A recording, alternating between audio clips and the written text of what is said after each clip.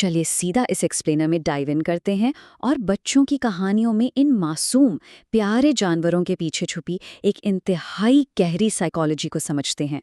ये कहानियां वाकई उतनी सादा नहीं है जितनी नजर आती हैं। एक बहुत ही आम और जानी पहचानी सिचुएशन से शुरुआत करते हैं। एक दिल को छू लेने वाली कहानी जहां लिली द बनी अपनी पसंदीदा लाल टोपी खो बैठती है और फिर उसके दोस्त मैक्स द स्क्वायर और बेला द बर्ड उसे ढूंढने में उसकी मदद करते हैं। यहाँ उस किरदार का जोश और खुशी बिल्कुल वाज़ेह है। दोस्ती और कामयाबी का ये छोटा सा लम्हा सुनने में कितना आसान और सीधा लगता है ना। अपने दोस्तों को खुशी से गले लगाना और उनका शुक्रिया अदा करना एक ऐसा इमोशन है जो फौरन दिलों में उतर जाता है। मगर यहाँ रुककर एक सवाल पर गौर करना बनता है, आखिर इन सादा सी दिखने वाली जानवरों की कहानियों में ऐसी क्या जादुई ताकत है जो हमारे जहनों को इस कदर जकड़ लेती है। सतह के नीचे ऐसी कौन सी मैकेनिक्स काम कर रही हैं जो इन किरदारों को हर उम्र और हर सकाफत में इतना मकबूल बनाती हैं। इसी जादू को वाज़े करने के लिए अब हम सोनिया फॉस की मशहूर एकेडमिक थ्योरी विजुअल रिटोरिक यानी बसरी फसाहत को अपना लेंस बनाएंगे। ये थ्योरी दरअसल इस बात का गहरा मुताला है कि कैसे अल्फाज और तस्वीरें मिलकर इंतहाई पेचीदा इंसानी तजुर्बात को हम तक पहुंचाती हैं। माहिरीन एक बड़ा इंटरेस्टिंग पॉइंट उठाते हैं, जहां अल्फाज ग्रामर के सख्त कवानीन और रूल्स में बंधे होते हैं जिन्हें हम डिस्कर्सिव लैंग्वेज कहते हैं, वहीं तस्वीरें एक बिल्कुल आज़ाद और ख़ुद मुख्तार निज़ाम के तौर पर काम करती हैं। ये उन एहसासात को ज़ाहिर कर देती हैं जिन्हें लफ्ज़ों में बयान करना अक्सर नामुमकिन होता है। तो यहाँ सबसे क्रूशल पॉइंट क्या है? वो ये कि जब बात लिली द बनी की हो रही होती है तो हम दरअसल एक बहुत ही कॉम्प्लेक्स मल्टी लेयर्ड विजुअल पैगाम को डिकोड कर रहे होते हैं। ये कोई आम सी ड्राइंग नहीं है, बल्कि एक मास्टरफुली क्राफ्टेड कम्युनिकेटिव आर्टिफैक्ट है।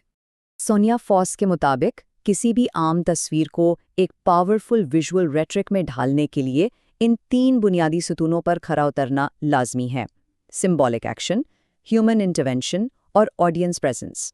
चलें इन्हें थोड़ा डिटेल में देखते हैं। अब इस कॉन्सेप्ट का दायरा थोड़ा वसी करते हैं। अपनी उस बनी वाली कहानी से बाहर निकलकर इस ज़बरदस्त फ्रेमवर्क को हम घानियन लोक कहानियों की सकाफती तस्वीरकशी पर लागू करेंगे, खास तौर पर जेन नाना उपोको अजेमान की कहानी who told the most incredible story के हवाले से। पहला पिलर है सिंबॉलिक एक्शन, यानी आम निशानात और इशारों से कहीं आगे की बात। अब देखिए ये कॉन्सेप्ट यहाँ कितनी खूबसूरती से वाजे होता है।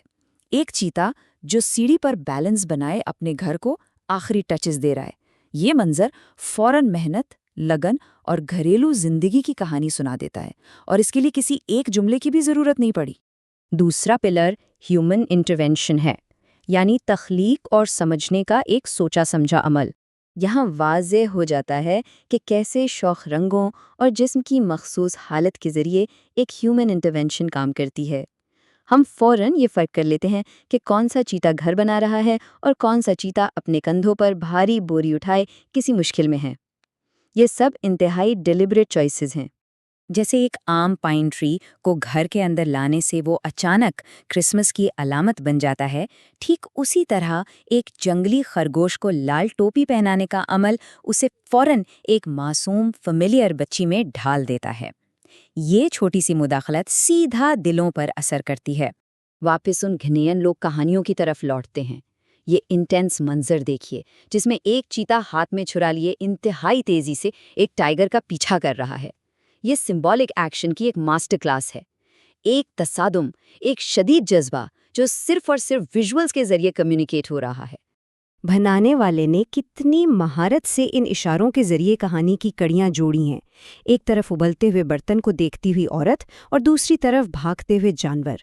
ये इम्प्लिसिटली इशारा करते हैं कि शायद इस टाइगर ने उस औरत के बावर्ची खाने से गोश्त चुराया है, जिसने इस पूरे हंगामे और चेज़ को शुरू किया।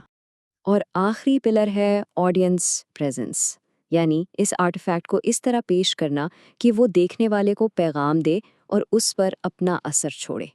जब हाथी, बंदर और दीगर जानवरों को एक आपस के तसादुम में किसी मुजरिम की तरफ इशारा करते हुए देखा जाता है, तो एज ऑडियंस हम मेंटली इस प्रोसेस का हिस्सा बन जाते हैं। इन विजुअल्स को डिकोड करके फौरन पता चल जाता है कि अब यहाँ इंसाफ होने वाला है या कोई अहम फैसला होने वाला है। सच तो ये है कि ये विजुअल रेटोरिक सिर्फ तभी कामयाब होती है जब इन अलामातों को समझने के लिए ऑडियंस वहाँ मौजूद हो। हम और हमारी सोच ही इस पूरे कम्युनिकेशन सर्किट को मुकम्मल करती है, चाहे वो एक बन्नी की खोई हुई टोपी हो या कछुए और दूसरे जानवरों के दरमियान बैठी एक बूढ़ी औरत की दर्दनाक कहानी। इस थ्योरी और रेटोरिक पर अबूर हासिल करके मुसन्निफ और मुसव्विर छोटे बच्चों के जहनों को शेप करने की एक बेमिसाल ताकत इस्तेमाल करते हैं। ये किरदार बच्चों में हमदर्दी पैदा करते हैं और उन्हें ज़िंदगी की सच्चाइयाँ समझाते हैं।